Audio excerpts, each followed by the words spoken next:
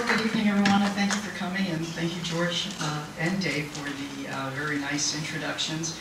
I am a passionate believer in the importance of the American public understanding the complexities of our national security challenges and problems, and so I also want to thank the Norwalk Library for sponsoring this. And it is so important, outreach is so important, and throughout my career, particularly having spent 10 years on the Hill in the Senate working for Senator Nancy Casaubon, which I think out of all my jobs was the job I enjoyed the most because of the nexus of our democracy, the American public opinions and concerns with national security. And it really does happen in Congress, and it happens on the Hill. So thank you again to the Norwalk Public Library. And these are critical issues tonight. And this discussion gets very dark very fast, and so I'm actually going to start out with a couple of positive points.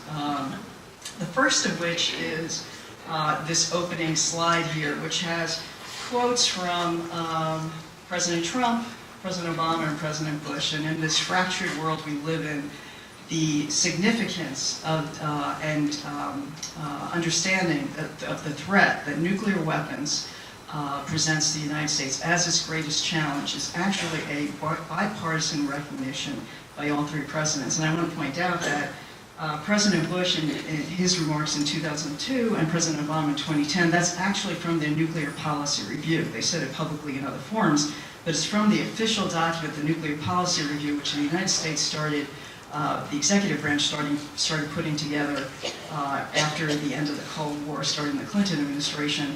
And it's perhaps one of the most important national security documents that comes out of the administration in terms of guidance on policy. And President Trump is actually working on that right now. And it's anticipated that his nuclear policy review, which happens every 5 years, will be coming out shortly, end of September. Given what's on the docket, though, and Secretary of Defense Mattis is actually running it. Given what's on the docket, it may, people are anticipating it may be a little bit late in coming out. So I do want to highlight that the single greatest threat that this country faces is really the nexus of weapons of mass destruction, particularly nuclear weapons, and violent extremists and rogue states. I want to start, I plan to highlight 5 major areas of nuclear threat that the U.S. faces, which actually correlates pretty closely with the Joint Chiefs' 5 threats, major threats that America faces in terms of how they formulate U.S. defense policy. The Chiefs have Russia, China. The Chiefs said that I have Russia, China, Iran, North Korea, violent extremism. I'm putting Russia and China in the same basket as resurrecting and rising threats from superpowers, and I'm adding Pakistan and India. And so those are the 5 threats we're going to look at a little bit more closely. I am going to spend a little bit more time on North Korea, given the fact that not only is it currently before all of us as a nation and the world, but I also think we are probably about as close to military conflict that we have been in a very long time. So, particularly with the use of nuclear weapons, the potential use of nuclear weapons. But first, I have 3 major overview points that I want to make, and it's difficult to have this discussion without these 3 points. The first is the destructive power of these weapons, and it's been a long impasse in terms of the United States actually talking about nuclear weapons. With the end of the Cold War, the problem really, particularly in the minds of the American public and the global public, really fell to receded. The threat of major nuclear war, all-out nuclear war was gone with the collapse of the Soviet Union. And and with that, knowledge about nuclear weapons actually has decreased, and I think we have a whole generation growing up who aren't aware of the destructive power of nuclear weapons. So I just want to emphasize that these weapons are very, very different. There are a number of new and catastrophic weapons, including cyber, that have come into the arsenals globally, but I argue and I will maintain that the only weapons that still, that are existential, not just catastrophic, but as existential, are nuclear weapons. And to help you understand how destructive they are, I just wanted to run through a little bit of how weapons, their destructive power is measured. When you hear a 1 kiloton bomb, Kim Jong-un, when he had his, not Kim Jong-un, but when North Korea had its first nuclear explosion in 2006, it was his father. It was actually below 1 kiloton. It was considered a very small weapon. Didn't really make too many ripples in terms of concern, although it was clear that they were moving towards nuclear technology. But even just slightly below 1 kiloton is actually a very, very, very powerful weapon. 1 kiloton of a nuclear weapon is equal to 1,000 tons of TNT. 1 megaton is 1,000,000 tons of TNT. The bombs used on Hiroshima and Nagasaki were about 20,000 tons of TNT, or 20 kilotons. Are you all with me here? Okay. The reason why I have this graph up is because I just want to show you how significant and large and destructive nuclear weapons have become, even from the beginning. We think of Hiroshima and Nagasaki, and Trinity is actually the first test we did in 1945. Hiroshima and Nagasaki as very destructive, shook the world, changed the world, would never be the same. And they were about 20 kilotons, 20,000 tons of TNT. The largest bomb, when you moved from fission to fusion and you had thermonuclear weapons, the largest bomb ever tested was Tsar Bomba by the Soviet Union. And that was 50 megatons, or 50 million tons of TNT. And so this is your range of destructive power in terms of weapons that have been tested. And I will also just add that in terms of a hydrogen bomb, the thermonuclear weapons, which is how Bomba was, there's absolutely no cap on the energy, that destructive energy that that type of hydrogen bomb can actually explode. To put it in perspective, do you remember the Moab, the mother of all bombs that was used in Afghanistan just a couple of months ago? That has a destructive power of about 10 tons of TNT. So 10, mother of all bombs, conventional weapon, 10 tons of TNT. Hiroshima and Nagasaki, 20 kilotons. I think the measurement on the latest North Korean nuclear test is somewhere near 140 kilotons, so 140,000 tons of TNT. Okay, now here's some good news. As I said, this gets dark, and I want to give you as much good news up front as possible. So where are we? And this graph actually shows you what happened to nuclear weapons. The largest line is the global total. And we reached a maximum of 70,000 nuclear weapons worldwide in 1986. Most of the nuclear weapons are owned by the US and Russia. US, Soviet Union, US and Russia still, 93% of the nuclear weapons out there. The highest we had were 32,000, which was in the 1960s. And the Soviets peaked in the 1980s with about 45,000. And if you're ever trying to understand whatever happened to Jimmy Carter and why the Cold War was such a problem for his administration, just comparing the blue line and the red line, that was the Carter presidency, was as that line was reaching its peak. So where are we now? We're at 14,900 nuclear weapons worldwide right now. So we have gone from 70,000 nuclear weapons in 1980, exponential reductions to 14,900. Now the bad news associated with that is we could still end humanity several times over, but nonetheless, this is a dramatic success in terms of our nuclear weapons policy worldwide and the types of reductions that we have achieved, actually starting before the end of the Cold War, but obviously accelerating. We're at, we are now under New START, which was negotiated by President Obama with Medvedev and was ratified in 2011. Under New START, we will be, by this February, we and the Russians, should be at 1550 nuclear warheads deployed. And that's the number you see on the bottom. We're getting there just about. This chart's a little bit older.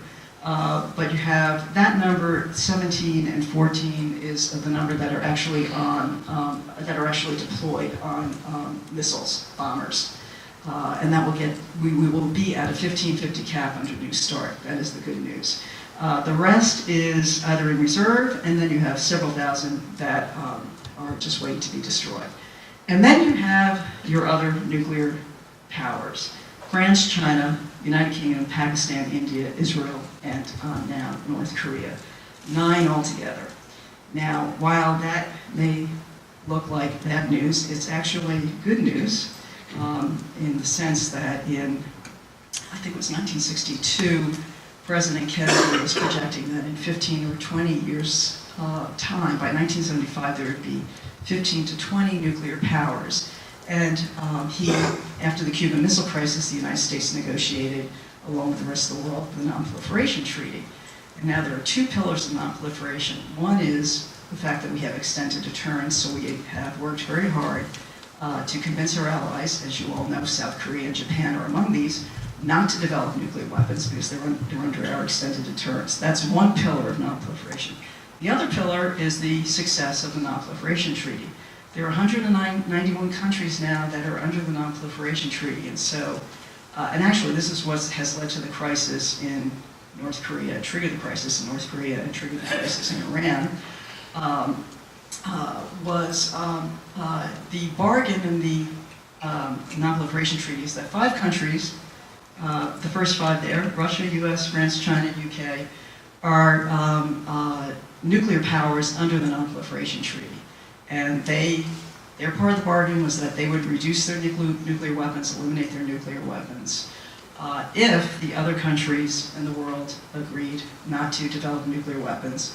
And what they would get out of that is these 5 countries would share peaceful nuclear technology with them. So you have Pakistan, India, and Israel, which are not recognized, well, Pakistan and India are not recognized, and the DPRK, Korea, are not recognized by, or nuclear power is not recognized, not legitimate under the Non-Proliferation Treaty. They're outside the regime.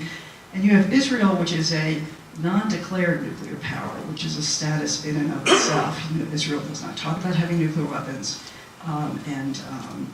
it is a unique status that a number of countries, including Pakistan, considered actually, and India actually considered doing, where they would not acknowledge they had nuclear weapons, but would be nuclear powers.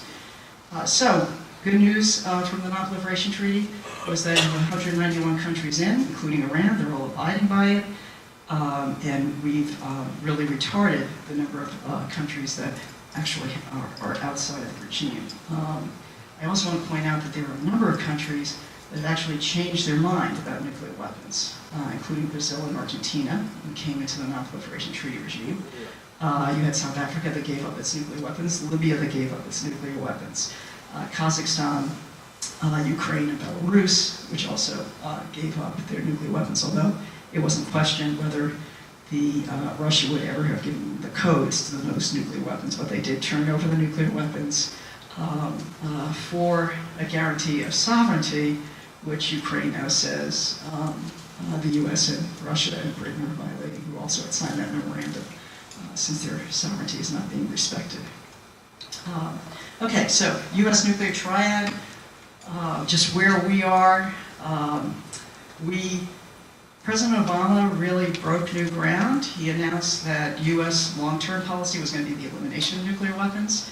But he also announced that we would be modernizing all 3 legs of the triad, which is the program we're under now, and will probably become more and more controversial as we go forward. But it's considered a $1 trillion program over 30 years, is how it's been described by the think tanks and analysts. Every single leg of the triad and the missiles are all being modernized. Part of that is absolutely necessary. It's a function of time and age. And you see Russia and China, and particularly Russia, who developed their systems just around the same time we did, going through modernization.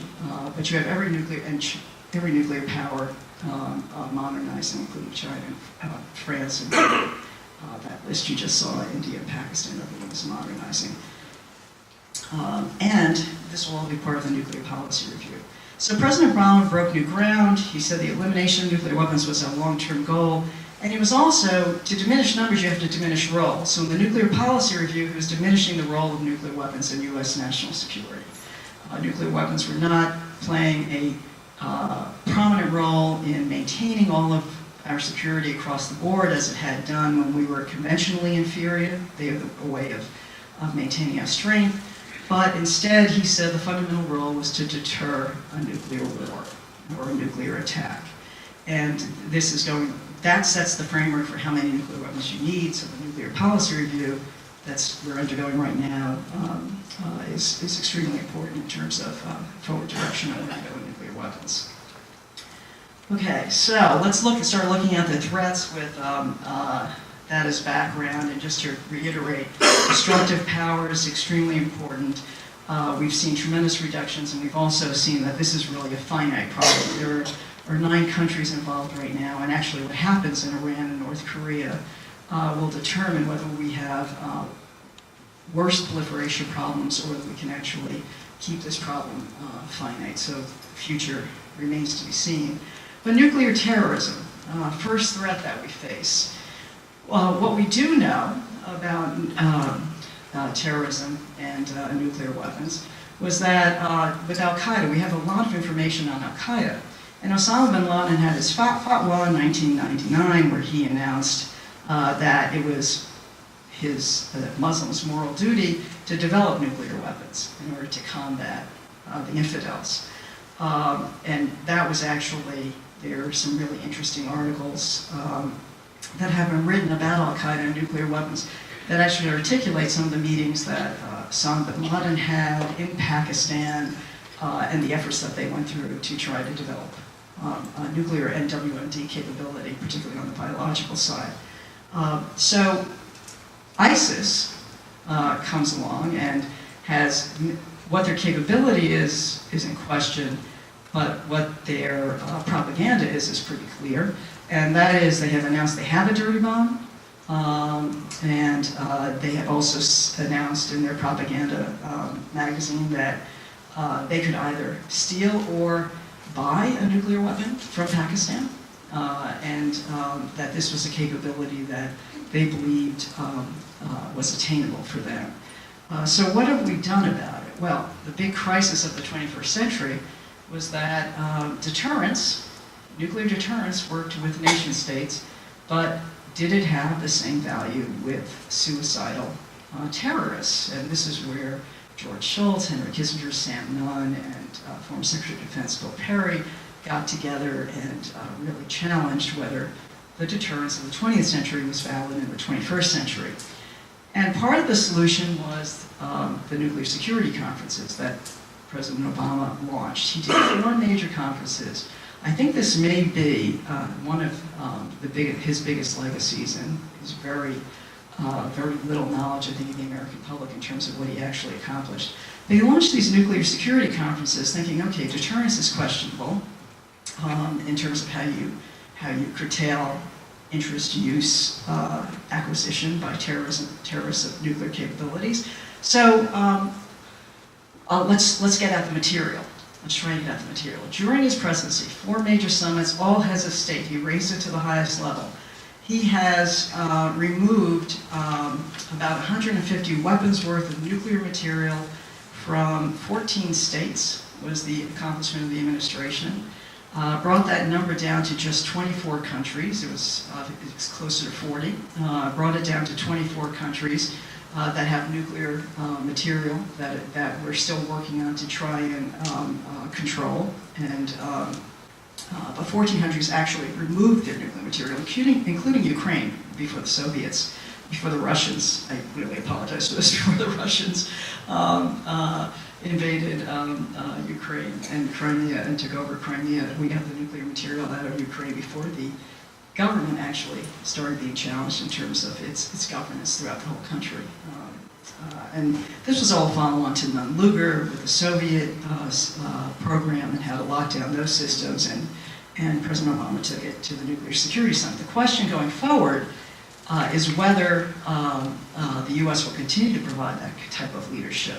There's still 1,800 tons of nuclear material out there, and there were 100 countries with radioactive material, some of which is used mostly by hospitals in terms of cancer treatments that can be used in dirty bombs.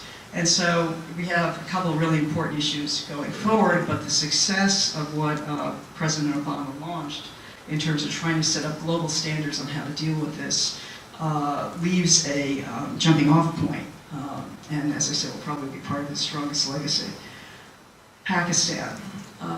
This usually falls off in terms of nuclear weapons. Pakistan and India has really fallen off the discussion, national security discussion. And I just want to make a very strong point that Pakistan is a really critical country. It was known as the most dangerous place on earth.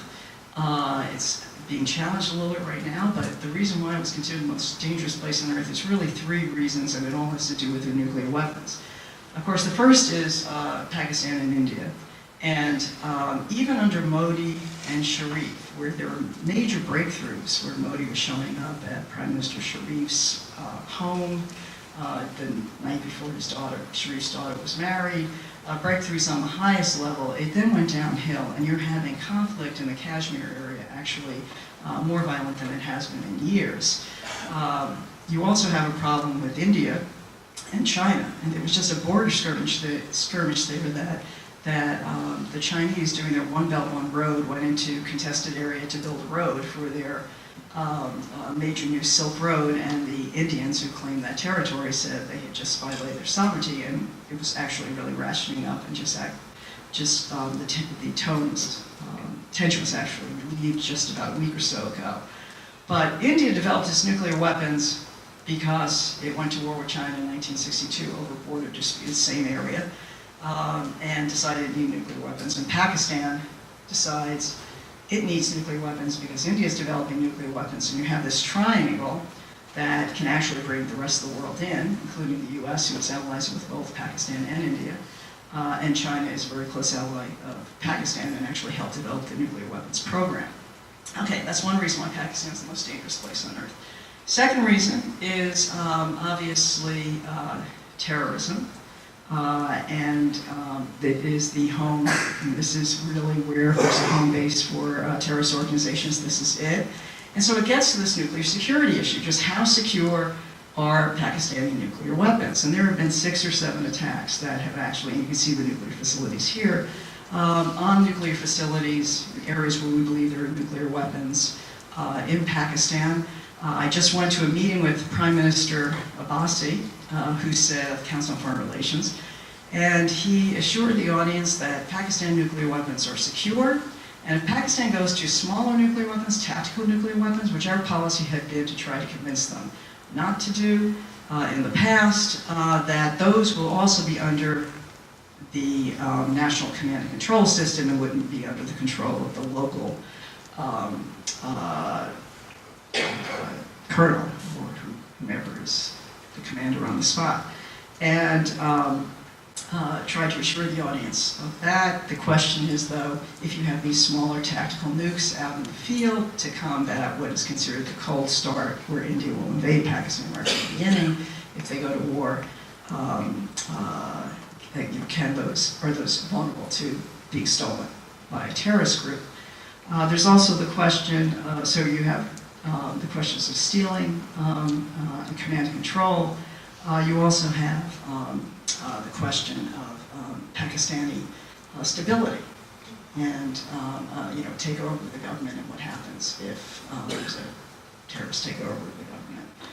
There are about 5 or 6 Pakistani terrorist groups that have, over the past 2 years or so, pledged their allegiance to ISIS, which gives you a sense of direction in terms of ISIS's role in all of this. And Al-Qaeda announced that India would be its top focus in terms of its operations, and they set up a whole operating system. They announced they set up a whole operating system for South Asia.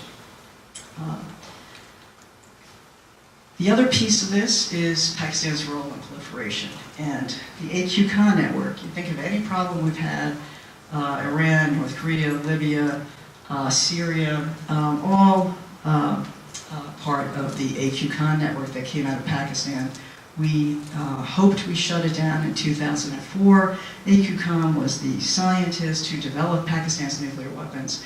The reason why I have these two pictures here that shows you the problems of proliferation, this is how Time magazine dealt with A.Q. Khan. Basically, nuclear trafficker, merchant menace, and that is a young Pakistani boy passing by A.Q. Khan's picture in Pakistan, kissing A.Q. Khan, the father of Pakistan's nuclear weapon, and their prestige and status in the world. What was different about the A.Q. Khan network and proliferation was that it became a private sector profit business. Prior to A.Q. Khan, who was operating in the 80s and the 90s, prior to A.Q. Khan, all proliferation actually came from governments. And so you could try and control proliferation by having non-proliferation treaties, trying to control governments. A.Q. Khan was not only bringing information and technology into Pakistan to develop a nuclear bomb, he was then selling this information worldwide. And so he developed these black markets that, even though we may have brought down A.Q. Khan, we fear that the markets themselves may still be open, and countries like North Korea are actually providing proliferation threat and sending. North Korea used to send ballistic missiles. It was given essentially enrichment technology from and how to build a bomb from A.Q. Khan, and gave back ballistic missiles to Pakistan. And this was sort of the trade. Well, North Korea had, with the crackdown of sanctions over the years, has actually gotten out of the business of actually sending missiles. They're sending missile parts. And these networks that A.Q. Khan developed, A.Q. Khan may have been taken out of the market.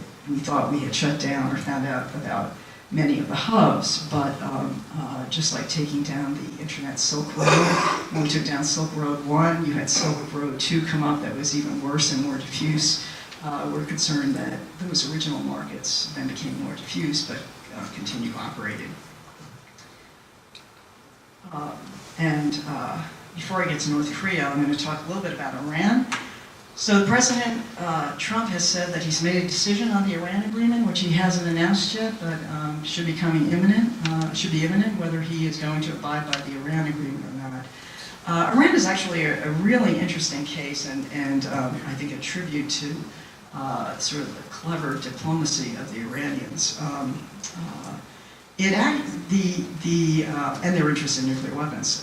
The nuclear program actually started under the Shah, and we were the suppliers of the nuclear program under the Shah, and we got very concerned that the Shah might be asking for more than he actually needed in order to do this transition away from dependency on oil into a nuclear energy program, that we made the Shah join the Non-Proliferation Treaty.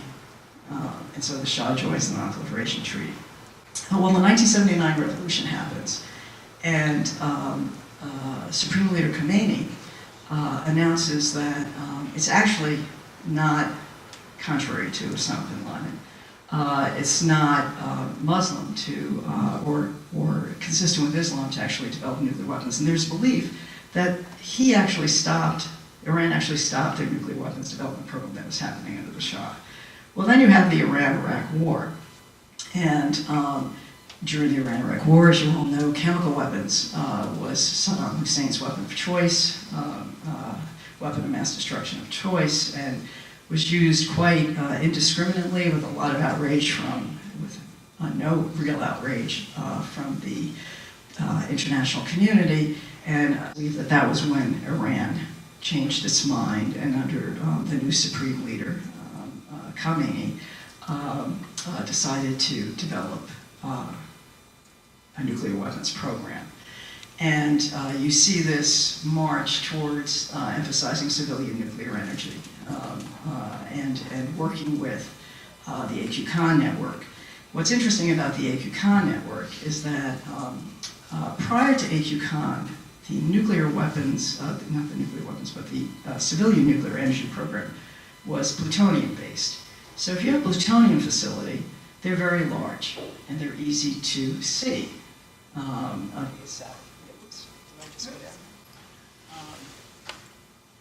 can just keep talking. Did you hit the button on the side? Is that different? Yep. Via satellite. So they're easy to see. Well, HUCon, the technology that. You know what? This actually there may be. Talking about the cleverness of the Iranian. Hold on. I don't think the whole group can quite hear you, but I think it's a battery that's out. Should I try? I'll try. Can you hear me back there? If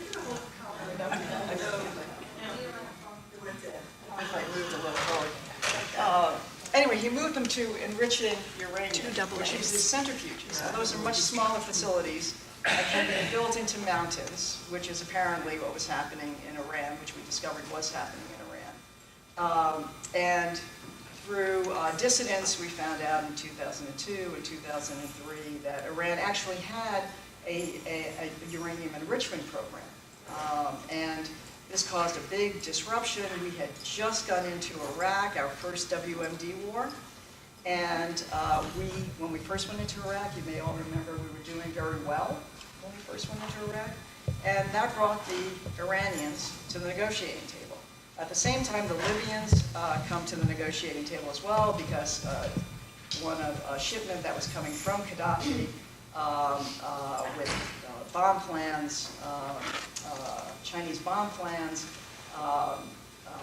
was captured, was interdicted, and so Libya decides to give up its nuclear weapons. This is all around the same time. We're doing very well in our WMD, first WMD war. As the U.S. started getting bogged down in Iraq, the Iranians, who started negotiating with the Europeans and actually making some breakthroughs on finding some resolution to keeping Iran in the Non-Proliferation Treaty, Iran then starts backing out. And then you get to the Obama administration, where the president actually started communicating with the Ayatollah, the supreme leader, in letters, similar to what Ronald Reagan did with Gorbachev. Yes. Which is very different in terms of what's happening now with President Trump and Kim Jong-un. If there is precedent to how you start working with an adversary and it's the president writing letters, there is a book on President Reagan. They published President Reagan's letters to Gorbachev, private letters to Gorbachev, which is actually a fabulous book, and I assume there's probably maybe one that President Obama will do with his letters to the Ayatollah, but I don't think there'll be a book coming out on letters to Kim Jong-un, but I could be wrong. But anyway, so we end up with the negotiations taking off on the Iran agreement, and in terms of a nuclear agreement, the Iran agreement is actually a really far-reaching nuclear agreement. So what's the problem? And Iran is abiding by it, according to the IAEA, and it is far-reaching. It is, they cannot have more than about 300 kilograms of enriched uranium. The enriched uranium has to be below 5%. I think it's 3.5 something percent. And they had 20% enriched uranium, so they've gotten rid of just about all of their enriched uranium. They're not allowed to have 20% enriched uranium. The centrifuges have been put away. They're only allowed 5,000, and none of them can be advanced. It was actually a pretty tight. They got rid of their plutonium facility. It's actually a pretty tight agreement. Okay, what's the problem? The problem is the timelines. The fact that the sanctions were lifted for, particularly the most significant timelines on centrifuges and on the amount of enriched uranium they can have, which are 10 and 15 years respectively. So they get $100 billion in frozen assets. They get welcomed back into the global community for an agreement that's a short timeline. Plus the fact it's only on nuclear weapons. And then you have the rest of Iran foreign policy, most of which is contrary to US interests. So those are the two main criticisms of the agreement. And the president is trying to decide whether he is going to abide by it. If he says no, or if he's going to certify, what happened, it was an executive agreement. And so it didn't go through Congress, but Congress passed a law that said the president has to certify every 90 days. Having worked in the Senate for almost a decade, that is a death knell. If you have to report to Congress every 90 days on the success of an agreement, and it should have been every 6 months, it should have been a year, 6 months at most. Every 90 days is you're forcing the executive branch to have to deal publicly with this issue. And if you legitimately have a problem, like in INF, where the Russians are cheating on the INF agreement, there's very little you can do about it behind the scenes before you have to announce publicly it's happening.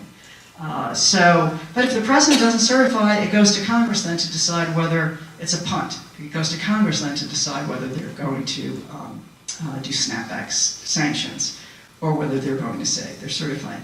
I think what's interesting is that the chairman of the Joint Chiefs, General Dunford, testified yesterday and said that he thought it was everything he had seen, the Iranians were abiding by the agreement. We're in the agreement now. If they're abiding by it, we should stay in it because it would send a very bad signal to the rest of the world in terms of formulating any other agreement.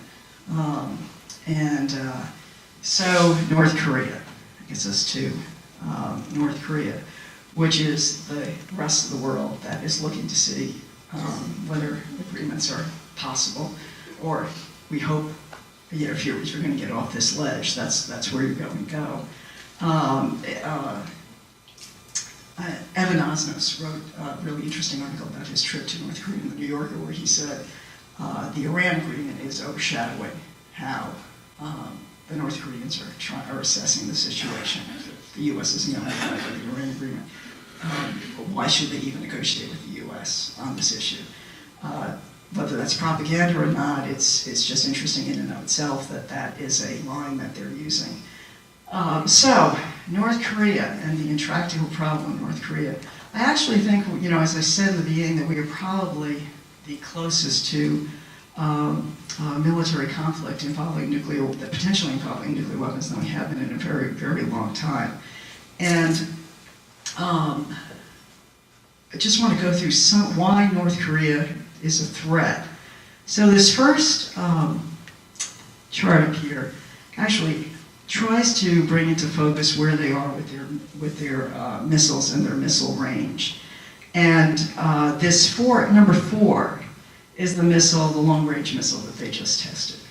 And you can see the range of number 4 and why it's caused as much concern as it's caused. What's untested is number 5. That will really take them over the heat. What's fascinating is that this issue has really changed. It's changing so rapidly, and it's really changed so rapidly in the last couple of months. One is our intelligence assessment and their testing of their long-range missile. Our intelligence assessment that they can miniaturize a nuclear warhead and put it on. We still are not assessing that the re-entry vehicle, the warhead, can actually make it back through the atmosphere. So that's the only technical piece we're not saying they have. The other big intelligence assessment that changed was that we were saying they had 10 nuclear weapons, where now the intelligence community is now saying 60. That just happened in the past in terms of nuclear material they have for nuclear weapons. That just happened in the past couple of weeks. And a big change that happened closer to the beginning of the year was the Intelligence Committee assessment about Kim Jong-un and his leadership. And this was really a very significant change and actually drove, I think, President Obama's concern about North Korea. Why President Obama told President-elect Trump that it was the most serious issue we're facing, along with these technological developments that were happening quicker than we thought, although President Obama wasn't aware how quickly they were happening. The assessment that President Obama had was that the intelligence community was basically saying, has shifted from, we don't know if Kim Jong-un can consolidate power, to Kim Jong-un has consolidated power, and he's going to be around to stay. And in effect, that in and of itself, I think, really damaged the ability of strategic patience to deliver. Because the underlying, even though I'm sure you've all heard that strategic patience was a disaster, the underlying logic of strategic patience was that there were leadership changes happening in North Korea. So in 1994, when the nuclear crisis under President Clinton actually accelerated, and he was thinking of using military action to go after North Korean facilities, and instead negotiates the 1994 framework agreement. It was a leadership change was happening. You had Kim Il-sung had passed away, Kim Jong-il, his son, had just come into power, and an agreement, and you had an agreement. They eventually cheated on that agreement, but in 2012, you had a change of leadership again, and it's been, sort of a wait-and-see game as to what was going to happen and what he was going to be like. The trend was not working well, but whether he was going to be able to consolidate power was a really significant issue, and the intelligence community assessed that he had consolidated power. These pictures here are just to show you the bizarre nature of trying to do analysis on North Korea, where we are. Their major contact is with the United States has been Dennis Rodman. $1 billion worth of damage was done to Sony because of this silly movie, which had been an attack with similar damage levels done with actual kinetic weapons.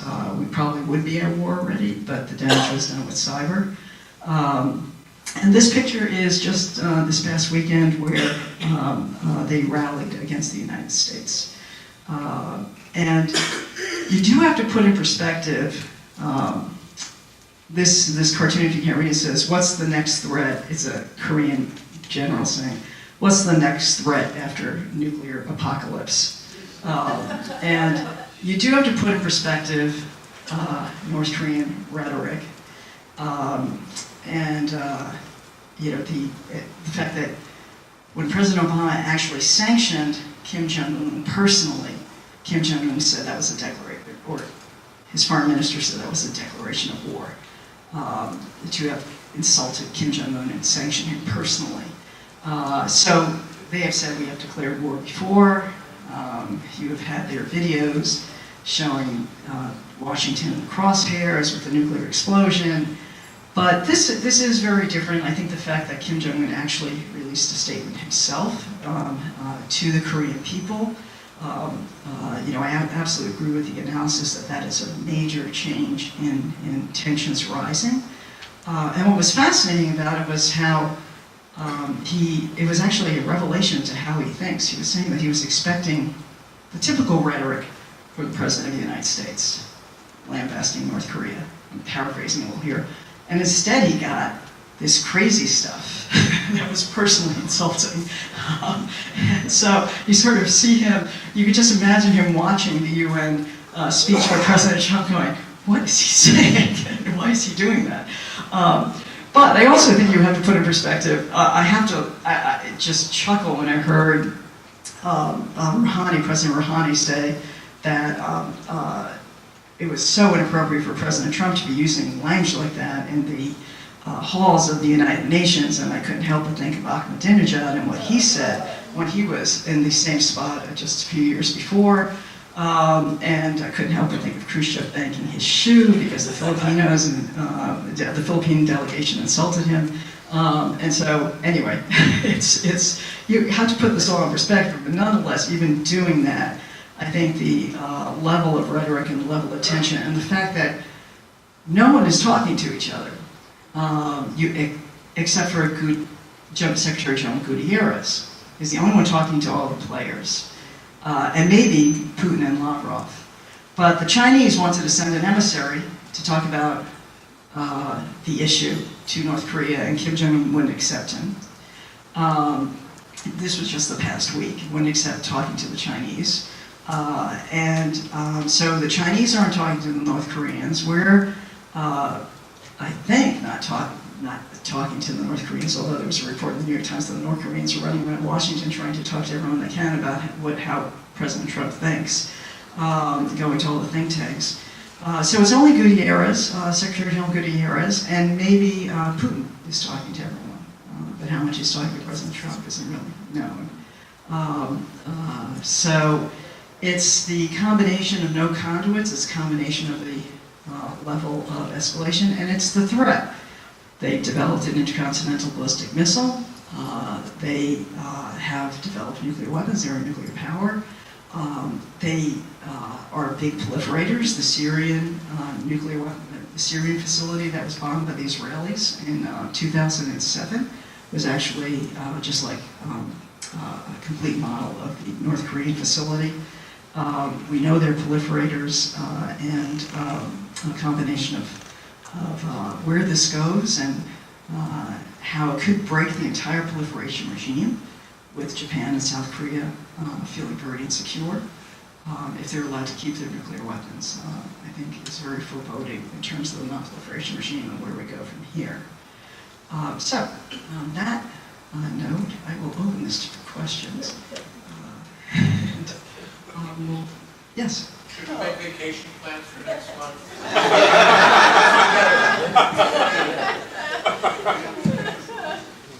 Do we know the long-range capability of their delivery systems, these smaller nations? The long-range capability of their delivery systems. They have nuclear weapons, but what about delivering these nuclear Well, weapons? so we do know that North Korea has developed an intercontinental ballistic missile with the range of number 4 that you can see, which actually includes parts of the U.S. And includes, say, Guam and their allies in the region, but actually includes parts of the U.S.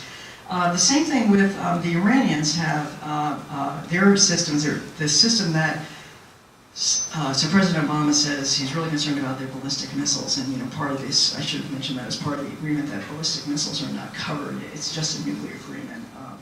And just to get a little bit more specific, what I meant by that is obviously that ballistic missiles aren't covered and the behavior is not covered. Although the UN resolution did say ballistic missiles, in the very last parts of the negotiation that was put in the UN resolution, concerns and constraints on Iranian ballistic missiles.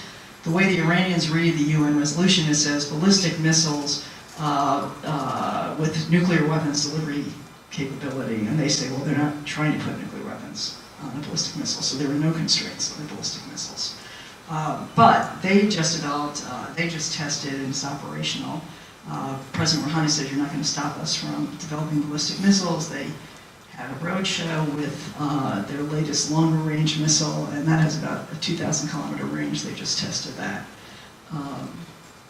Whether they have the capability to put a nuclear warhead on it, the intelligence community says that capability is inherent to Iranian ballistic missiles, but they don't have a warhead. So, does that help? Yeah, I just wonder these other nations, these, Pakistan, for example, what's their long-range capability?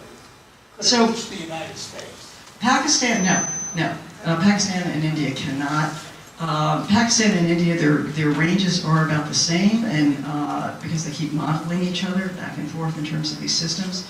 And Pakistan has actually tested a system about a year or so ago that there was concern it would just reach the edge of Israel if it went the other way. And they claim that all their nuclear weapons are targeted on India. What do you think the impact is going to be on North Korea's statement that they're extending the international airspace from 12 miles to 40? So, it's troubling. It's really troubling, and I think that I don't think Kim Jong-un is suicidal. I think he is responding, though. I think they're responding and they're being forceful. But you also have to put this in the context of what North Korea has done. In 2010, they torpedoed a South Korean vessel. They shot at a South Korean island and killed a couple of soldiers and a couple of civilians. You can even go back. There's the Pueblo. There's, North Korea has not been particularly respectful, and the response has always been, in terms of strategic patience, it wasn't called that then, but the response has always been not to ratchet it up but to actually downplay it, so that it wouldn't go further. There's a lot of frustration with that maybe they got the wrong lessons out of that. But Well, isn't the international community concerned that a country could unilaterally do that? well, they haven't done it. They announced it. They haven't done anything. Well, you know, we can test that. You know, and even more concerning is the announcement that they're considering doing a nuclear weapons test over the Pacific. I mean, there's a lot that can go wrong with that in terms of where that nuclear weapon actually goes off. But it's also, this when I was talking about the taboo that if nuclear weapons are used, they haven't been used in 70 some odd years. Nuclear testing hasn't, atmospheric nuclear testing hasn't happened. In 1996 was basically when the Comprehensive Test Ban Treaty went into force, and you haven't had atmospheric nuclear testing in years. I think in 1980 was when the Chinese had an atmospheric nuclear test. And so that is, an even more significant breach of the international order. And how do you respond to that if that happens, or how do you keep it from happening, which is even more important. And this is where I think this dialogue happening. I mean, if you're not going to keep the U.S. and if you can't prevent war, at least you can prevent nuclear tests, and you can prevent, air attacks on in the airspace, in the international airspace. Yeah. How effective are anti-missile missiles? So the part of, and that's a really important question. I mean, part of this response has been both to Iran and to North Korea is to put our ballistic missile defense systems in. And they are considered highly reliable on the terminal phase. Not as reliable in the intermediate phase. And in boost phase, when it's actually coming out of the silo, or the missile's actually launched, we have less confidence. But they're considered highly reliable in the terminal phase. The point is, though, what's highly reliable? And if it just happens to be on that other side of the percentage, you don't want to miss it. But the other part of ballistic missile defense that's really important, and I realized I should have probably spent a little bit more time, but I wanted to take you to North Korea, on China and Russia. I mean, Russia has really flipped the entire nuclear discussion on its head. Putin in 2000 announced his escalate to de-escalate, which is that he would use a nuclear weapon. This is in 2000. He would use a nuclear weapon early on in a conflict so that the other side says, okay, we'll negotiate. It's called escalate to de-escalate. And they actually said that they were going to do that in Crimea. It was actually under consideration if the Allies, if NATO came in to stop them, that's what they would have done in Crimea. And he has really embraced, President Obama talking about eliminating nuclear weapons and innovative, signing New START. Putin has really embraced the importance of nuclear weapons in terms of their being a superpower, Russia being a superpower, and power that the world has to pay attention to. And so he's actually elevated the importance of nuclear weapons. In the meantime, that's been fueled, to get back to ballistic missile defense, further by the fact that our ballistic missile defense in Europe has been to protect against an Iran strike, and our ballistic missile defense in Korea and Japan has been to protect against a strike by North Korea. In the meantime, it has really angered and worried the Russians and the Chinese because they see that as actually undermining their capabilities. The Chinese response has been, and they've been on this path in any case, but the Chinese response has been that they've gone from minimum deterrence, which was basically a policy determined under Mao, where they just needed enough nuclear weapons to keep themselves from being invaded and to be a superpower, and they have about 240. But they're actually modernizing, and they're putting multiple warheads on missiles. And you're going to see those Chinese, and they're looking at a submarine deterrent. And so you're actually going to see those numbers in China go up and probably cause a lot of concern with their modernization program as to what their goals are. They have the most opaque nuclear weapons program globally, and one of the most opaque, but considering the number of nuclear weapons. It is the most importantly opaque nuclear weapons program. We have trying to have dialogue with them, and we've kind of gotten out of them, but they're talking about moving from minimum deterrence to limited deterrence, or a second strike capability, which requires, on the one hand, it's a little bit more stabilizing, because they won't be, I think it's important to go first, because they're not going to lose their nuclear weapons, they have a second strike capability. On the other hand, it just increases the importance of nuclear weapons in their strategy, which in and of itself enhances the use. To what degree is the volatility of the leadership of both countries involved in the decision-making? And are there any controls, at least on this side of the ocean?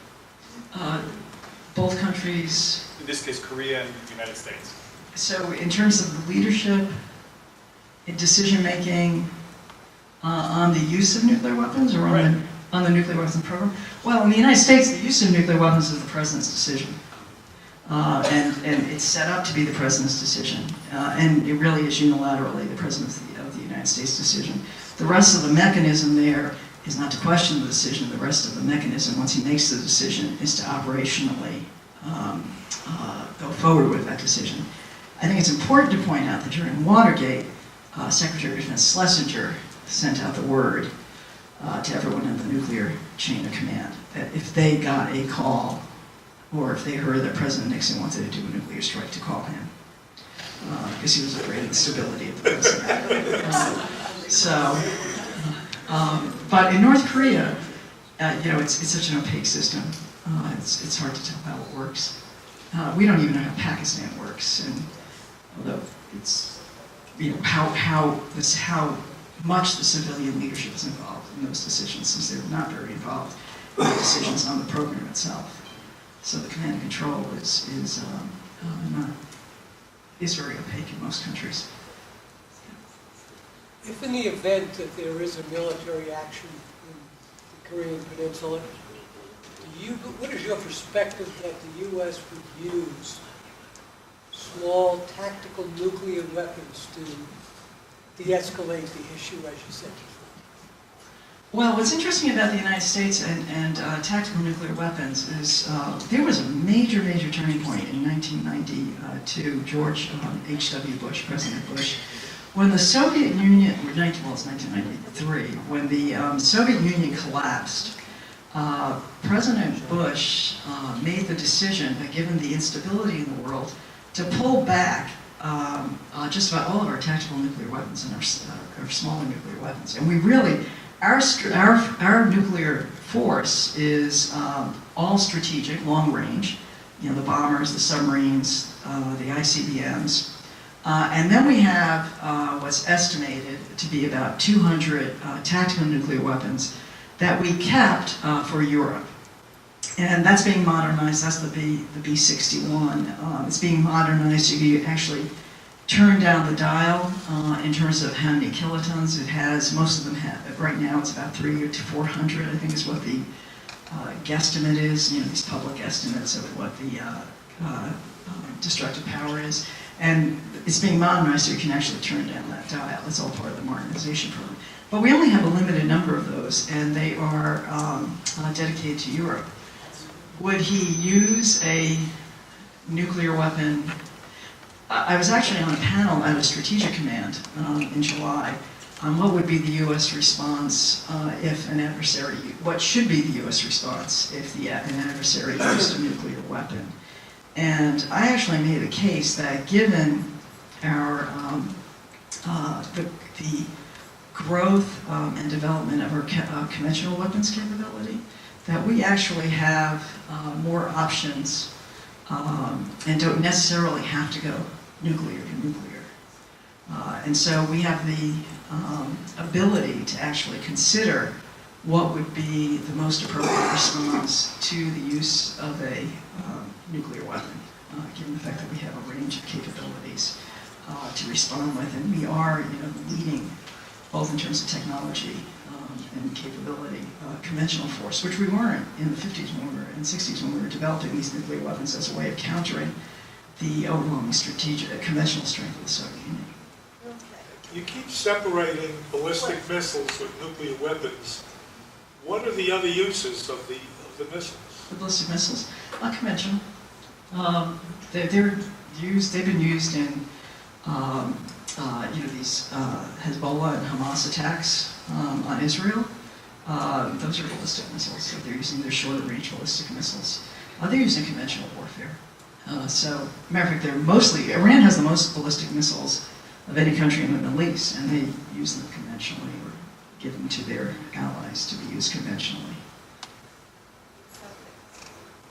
Excuse me, when you said something before about North Korea shooting that island, you know that that island is a contested island. It has not been settled, the Korean War, and also when they bombed that ship, they did it right after. They always asked us, stop those war exercises. What would we do if somebody did war exercises all the time off our coast? So, that's a very good point about the war exercises, because I wanted to mention that, which really doesn't make it into the press very much, or the analysis very much about the exercises we do. As you probably know, the Chinese have made this offer that, freeze, South Korea and U.S. freeze the exercises, North Korea freeze the missile and weapons tests, and get back to the table. And the U.S. has said, absolutely not. I think it's very difficult for the U.S. As Kim Jong-un is increasing his capabilities and testing to actually not do, to actually halt the exercises. So, I just think it's a very difficult decision given what's happening on the other side. But having said that, I just want to point out that we did stop the exercises. President Clinton stopped the exercises during negotiations with the North Koreans. There was another president who did it as well. Maybe President George W. Bush. I'm not as... There were two presidents that did it. I know it was... I know President Clinton did it during the negotiations that led to the 1994 framework. I think the time is right now for the U.S. to agree to that, given the provocations of the testing programs on the North Korean side. Last question. Yes, go ahead. You have not referred to the role of the United Nations. Now, the United Nations just passed a historic treaty concerning the use of nuclear weapons. And all the things you have discussed are always being discussed at the UN, and they do have a role to play. So maybe you would like to refer to this latest... Thank you. Yes. That actually fits into sort of the good news, bad news about what's happening with Russia and reductions. The START Treaty ends as I mentioned, the START Treaty ends our relations in 10 years, so 2023. Our relations with Russia aren't great. Putin said he's not doing any further reductions if we continue to deploy ballistic missile defense, and he has prioritized nuclear weapons in their entire strategy. We could very easily go backwards on this. The counterforce that's happening is what's happened at the UN, and that I think it was 122 countries voted in July to actually ban nuclear weapons. It was not supported by any of the non-proliferation group, the 5 nuclear powers, or NATO. But 120 countries said, let's go ahead with this. It's actually open for signature September 22nd, and 40 countries have actually signed this ban on nuclear weapons, which is a pretty significant international community response to the nuclear powers as well as to the nuclear proliferators. It's in part a response to the nuclear powers themselves. If we're not coming through on their non-proliferation treaty, hopefully will be seen as pressure against the North Korean regime and where it's going. But nonetheless, even with that, North Korea announced that they might do an atmospheric test, even with what was happening at the UN on the nuclear ban. Do you think that Secretary of State Tillerson is involved in any behind-the-scenes diplomacy with North Korea? You haven't heard anything from them. So there are actually a couple of reports that he's been very busy working this issue. This is in a very strange sense, as a national security analyst, I think this is one of the most transparent, opaque administrations that I've had to deal with. On the one hand, you're getting real-time information on what the president is thinking at that particular moment, at that particular time. And on the other hand, there is very little information and knowledge of what is actually happening on the cabinet level on these issues. And so it's hard to tell. I can't imagine that he's doing nothing. But it's hard to tell what really is going on. Should I just take one more, because there was a question? Go ahead. Do fallout shelters still exist in Connecticut, and if so, Well, there's an anecdote. There's the PBS presidency series. There's an anecdote, the previous PBS presidency series on Eisenhower, where his son, John Eisenhower, talks about his father, during the height of the Cold War, and it might have been Formosa or whatever crisis was happening. Could have been Berlin. The president was out there talking about civil defense and increasing the money for civil defense. And then he goes into a private National Security Council meeting and basically says, "This is all just a bunch of hooey. It's not going to, it's not going to save anyone." It's a wonderful anecdote to end this very positive discussion on it.